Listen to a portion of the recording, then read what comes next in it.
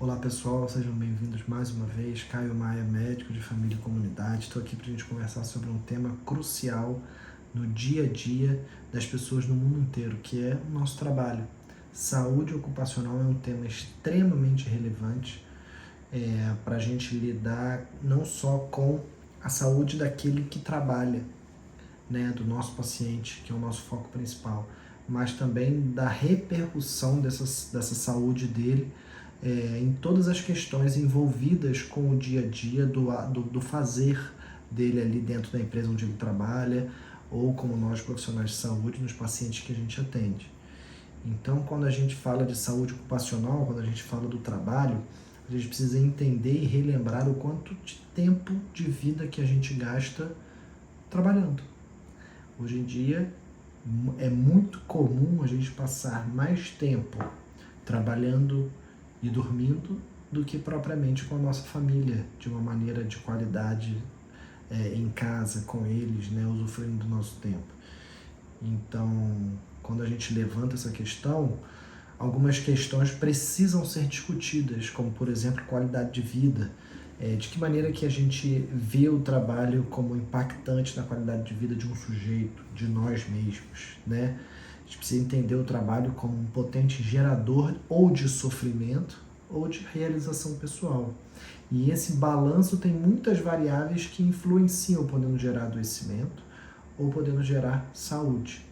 E é essa a ideia da nossa conversa de hoje, né? O INSS, por exemplo, fez uma análise retrospectiva e apenas com os trabalhadores com registro formal publicou que o transtorno mental ele é a terceira maior causa, por exemplo, de pedidos de auxílio previdenciário, chegando a uma prevalência de 15% a 60% na população economicamente ativa. Então veja o quanto que isso impacta no dia a dia de uma empresa e no dia a dia do próprio trabalhador, né?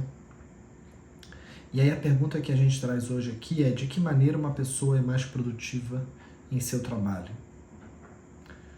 Uma pessoa mais saudável é um trabalhador mais produtivo?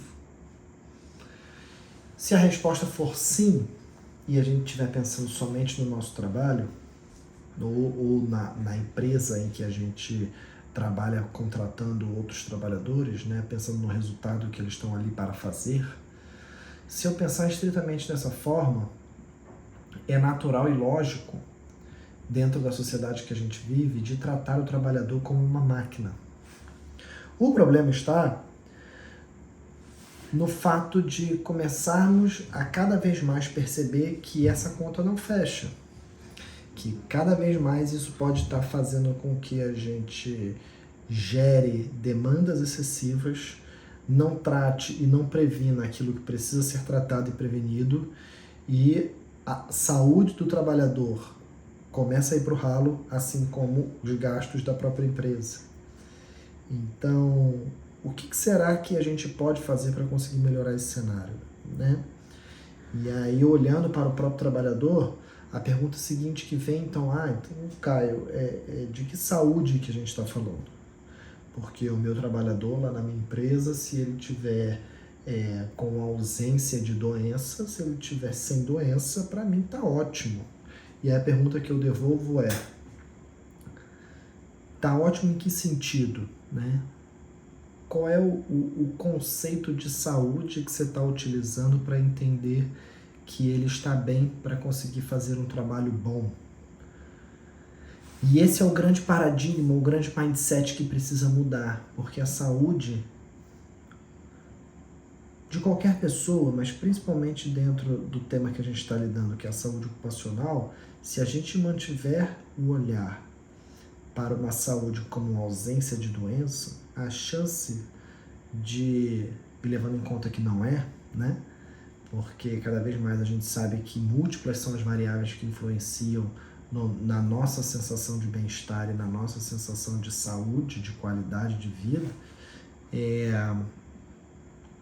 Enquanto a gente não mudar esse mindset, a probabilidade de continuarmos incorrendo nos mesmos erros é muito grande, gerando cada vez mais gastos necessários, aumentando o absenteísmo dos colaboradores, diminuindo produtividade dos mesmos, diminuindo a experiência deles com o dia a dia no trabalho, né?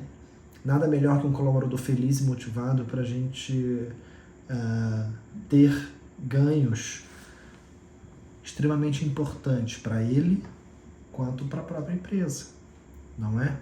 Então, esse é um tema extremamente importante. Então, essa mudança de paradigma é uma mudança de paradigma que precisa sair dessa questão biomédica, biológica, de ausência de doença, para uma conceituação biopsicossocial. Esse paradigma de entendimento que o biológico está unificado com o psicológico, está unificado com as questões sociais de cada indivíduo. E que isso é de responsabilidade de todas as pessoas que lidam com ele, não só do profissional de saúde que está ali para cuidar, mas a gente pode, inclusive, auxiliar aqueles que promovem um ambiente onde ele está a maior parte do tempo da vida dele, para que ele se torne uma pessoa mais saudável e cada vez mais produtiva para ele e para a família dele, né? Então, será que se a gente, além de mexer no indivíduo, mexer no ambiente, a gente consegue impactar nesses resultados? Nesses resultados de saúde individual, de saúde coletiva e inclusive de produtividade da própria empresa? Com certeza, com certeza. É por isso que a gente está aqui. Os impactos, eles são bilaterais. É bom para todo mundo quando a gente amplia o olhar e pensa de que maneira que eu posso deixar o meu trabalhador mais feliz e mais saudável. O que precisa modificar aqui no meu cenário, né? Então, mudar para um olhar integral e ampliado é algo que não vai custar mais para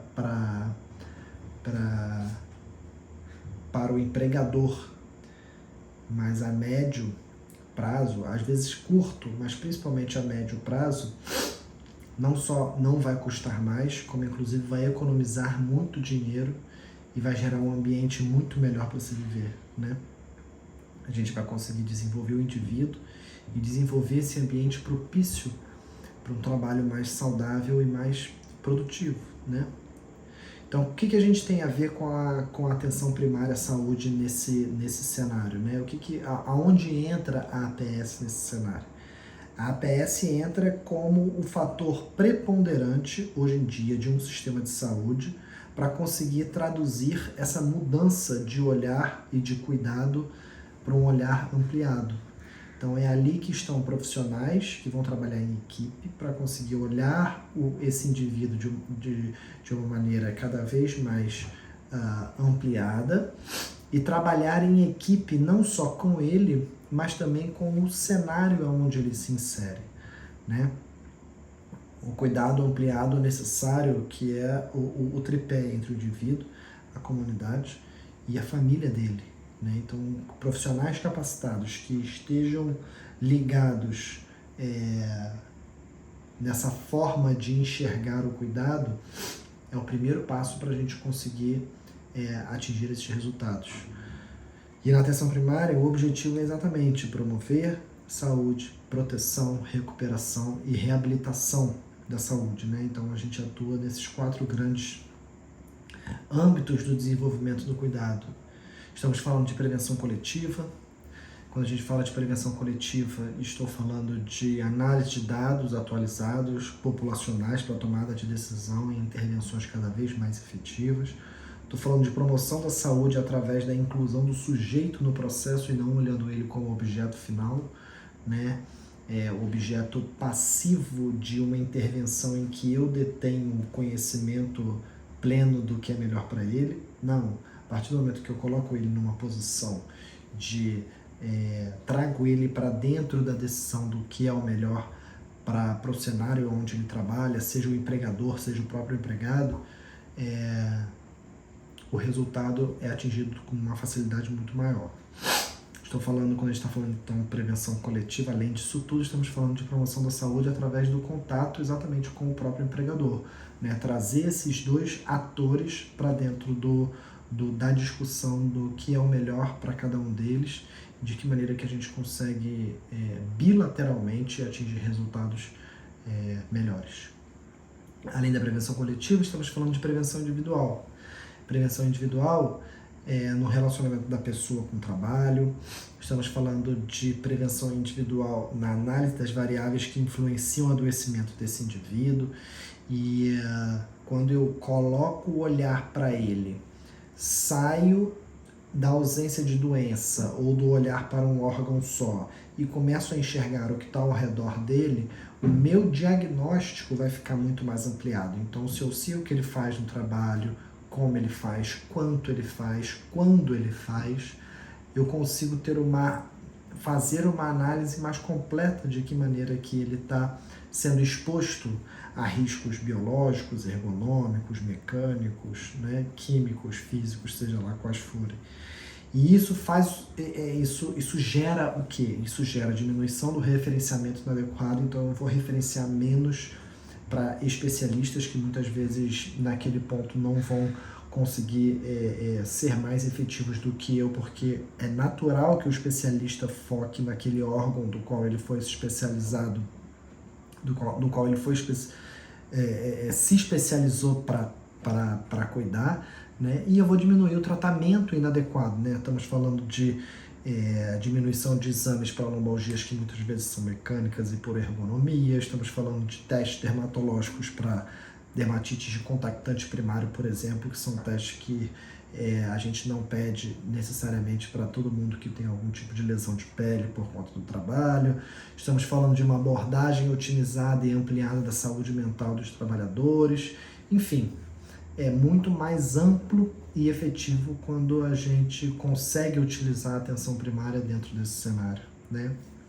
Os impactos eles serão não só individuais, como eles serão coletivos para os próprios empregados e principalmente para os empregadores, né? Então, os impactos empresariais também. Como que a gente pode tirar isso do papel agora olhando para a empresa? Assista os próximos vídeos que a gente vai conversar sobre isso.